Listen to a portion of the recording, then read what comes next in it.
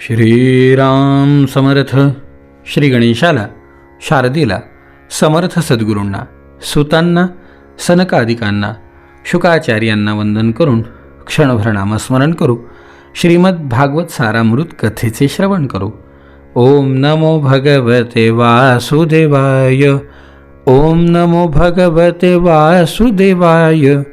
ओम नमो भगवते वासुदेवाय. ओम नमो भगवते वासुदेवाय. ओम नमो भगवते वासुदेवाय. गोपाल कृष्ण भगवान की जय. सच्चिदानंद रूपाय विश्वोत्पत्त्यादि हेतवे तापत्रय विनाशाय श्रीकृष्णाय वयं नमः. श्रोते हो नमस्कार.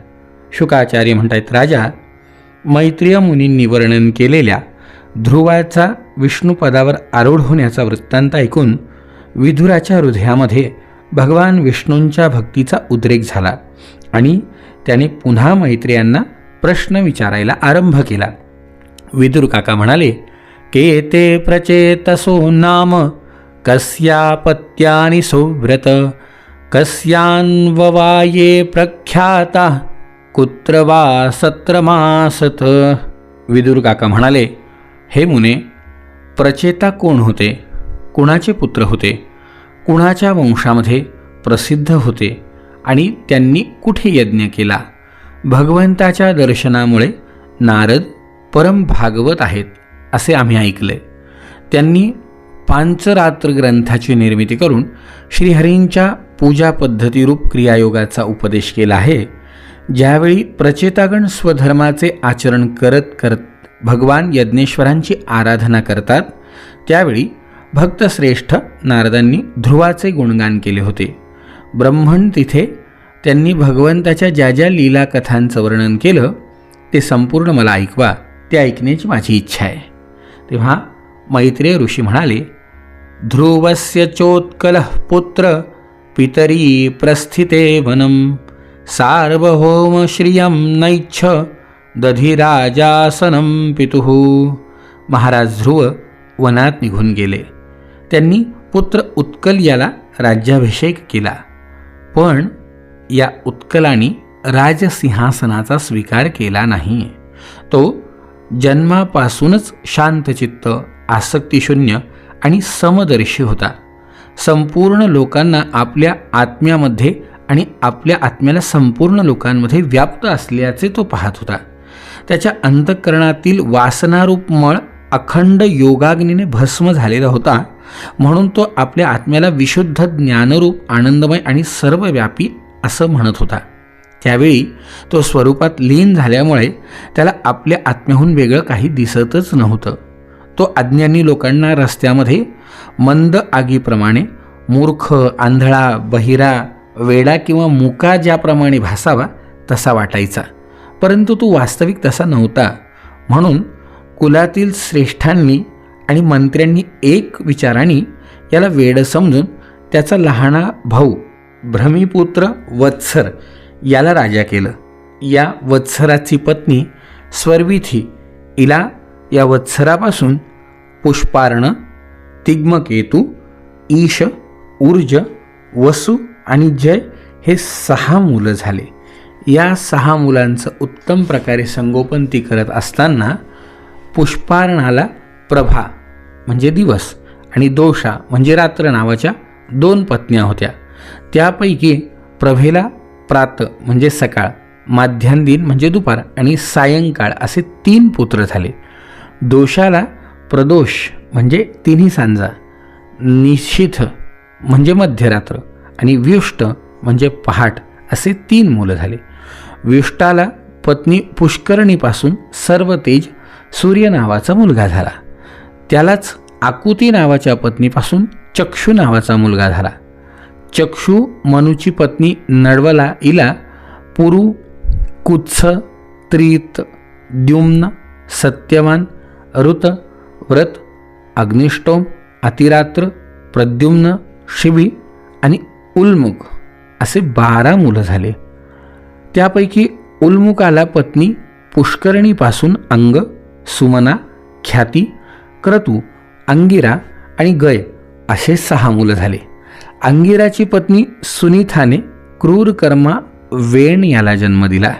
त्याच्या दुष्ट स्वभावामुळे उद्विग्न होऊन राजर्षी अंग नगर सोडून निघून गेला.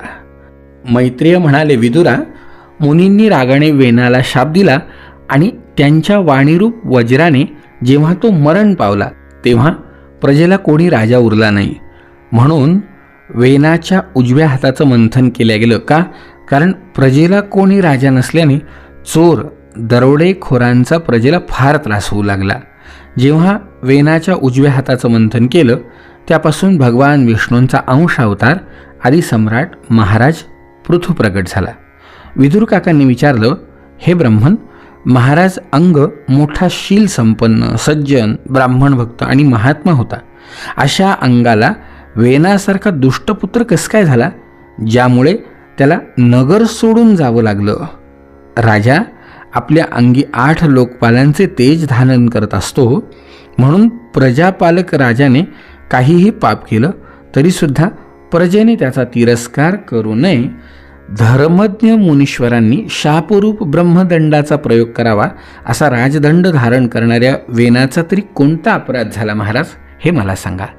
तेव्हा मैत्रेय म्हणाले, विदुरा, एकदा राजर्षी अंगाने अश्वमेध यज्ञ केला. वेदज्ञ ब्राह्मणांनी आवाहन करूनही त्या यज्ञात आपला भाग घेण्यासाठी देव आले नाही.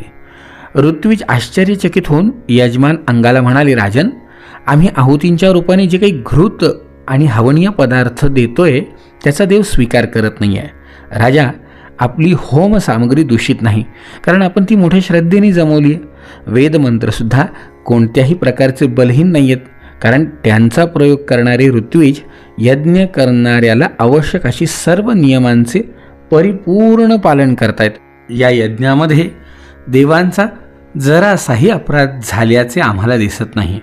असं असतानाही कर्माध्यक्ष देव स्वतःचा भाग का बरं घेत नाही आहे? हे ऐकल्यावरती अंगाला फार वाईट वाटलं.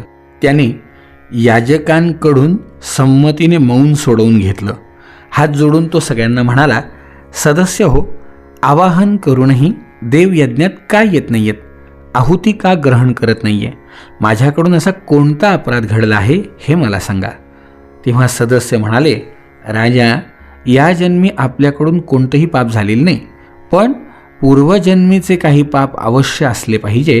त्यामुळे आपण सर्व गुण संपन्न असूनही निपुत्रिक आहात. आपले कल्याण असो. प्रथम आपण सुपुत्र होण्यासाठी काही उपाय करावा. आपण जर पुत्र कामनेच्या इच्छेने यज्ञ केलात तर भगवान यज्ञेश्वर आपल्याला नक्की आशीर्वाद देतील. जर संततीसाठी साक्षात यज्ञपुरुष श्रीहरींना आवाहन केलं तर देव आपणहून आपला आपला भाग घ्यायला या ठिकाणी येतील. भक्त जी जी इच्छा करतो ती ती श्रीहरी त्याला नक्की देतात. त्याची ज्या प्रकारे आराधना केली जाते त्याप्रमाणे उपासकाला फळसुद्धा मिळतं. असं सांगितल्यामुळे राजाला इच्छा झाली की ठीक आहे महाराज, तुम्ही म्हणता तसं तुम्ही सांगा काय करायचं. त्यावेळेला ऋत्विजांनी शिपिविष्ट नामक श्री विष्णूंना पुरोडाश समर्पण केला. अग्नीमध्ये आहुती देताच अग्निकुंडातून सोन्याचा हार आणि शुभ्र वस्त्रांनी विभूषित एक पुरुष प्रगट झाला.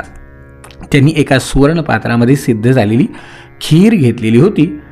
उदार बुद्धी राजा अंगाने याजकांच्या अनुमतीने आपल्या उंजळीत ती खीर घेतली आणि स्वतः तिचा वास घेऊन आनंदाने आपल्या पत्नीला दिली. पुत्र नसलेल्या राणीने ती पुत्रप्रदायिनी खीर खाऊन आपल्या पतीच्या सहवासाने गर्भधारणा केली. त्यामुळे यथासमय तिला एक मुलगा झाला. तो बालक बाल्यावस्थेपासूनच अधर्माच्या वंशात उत्पन्न झालेल्या आपल्या आजोबांच्या मृत्यूच्या वळणावर गेला. सुनीथी मृत्यूचीच एक कन्या होती, म्हणून तोही अधार्मिकच झाला. तो दुष्टपुत्र धनुष्यावर बाण चढवून वनात जात असे आणि व्याधाप्रमाणे बिचाऱ्या पशूंची विनाकारण हत्या. त्याला पाहताच लोक त्याला वेण आला वेण आला असं म्हणायचे. वेण म्हणजे वाईट, काहीतरी विचित्र बुद्धी असलेला. असा तो क्रूर आणि निर्दय होता की मैदानात खेळताना आपल्या बरोबरीच्या मुलांना तो पशूंप्रमाणे निर्दयपणे मारित होता. वेणची अशी दुष्ट प्रवृत्ती पाहून महाराज अंगाने त्याला विविध प्रकारे सुधारण्याचा प्रयत्न केला, पण उपयोग झाला नाही. उलट अंगालाच याचं वाईट वाटायचं की हा सांगून सुद्धा ऐकत नाही. शेवटी मनातल्या मनात अंग विचार करायचा की ज्या गृहस्थांना पुत्र नाही त्यांनी निश्चितपणे पूर्वजन्मी श्रीहरींची आराधना केली असली पाहिजे. म्हणून तर त्यांना कुपुत्राच्या दुष्कृत्यांनी होणारे असह्य क्लेश अजिबात सहन करावे लागत नाही.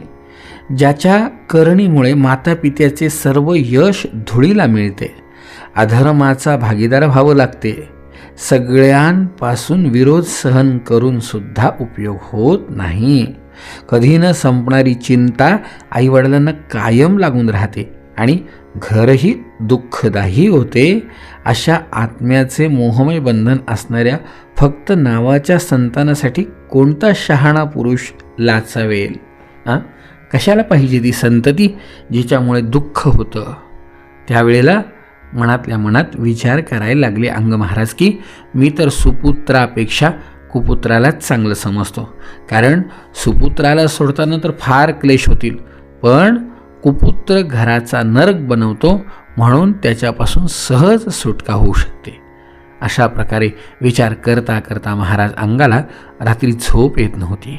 त्याचं चित्त घरात कंटाळलं आणि तो मध्यरात्री उठून गाढ झोपलेल्या वेनाच्या आईला सोडून कुणालाही कळू न देता ऐश्वर्याने भरलेल्या राजमहालातून बाहेर पडला.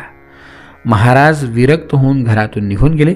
हे समजल्यानंतर सर्व प्रजाजन, पुरोहित, मंत्री त्याच्याबद्दल अंतःकरणामध्ये चांगला विचार करणारे आधी अत्यंत शोकाकुल होऊन पृथ्वीवर सगळीकडे त्याचा शोध घेऊ लागले. जसं जसं योगाचे रहस्य न जाणणारे पुरुष आपल्या हृदयात लपलेल्या भगवंताचा बाहेर शोध घेतात, त्याप्रमाणे विदुरा जेव्हा त्यांच्या आपल्या स्वामींचा कुठेही शोध लागत नाही असं लक्षात आलं, तेव्हा ते निराश होऊन नगरात परत आले आणि तिथे जे मुनिजन एकत्रित झाले होते त्यांना प्रणाम करून अश्रू भरल्या नेत्रांनी महाराज न सापडल्याचा वृत्तांत सांगत होते. विदुरा, या वेन राजाचा वृत्तांत कशा प्रकारे झाला आणि पुढे एक दिव्य कथा कशा प्रकारे झाली, उद्याच्या चरित्र भागामध्ये बघण्याचा प्रयत्न करू. जय जय रघुवीर समर्थ.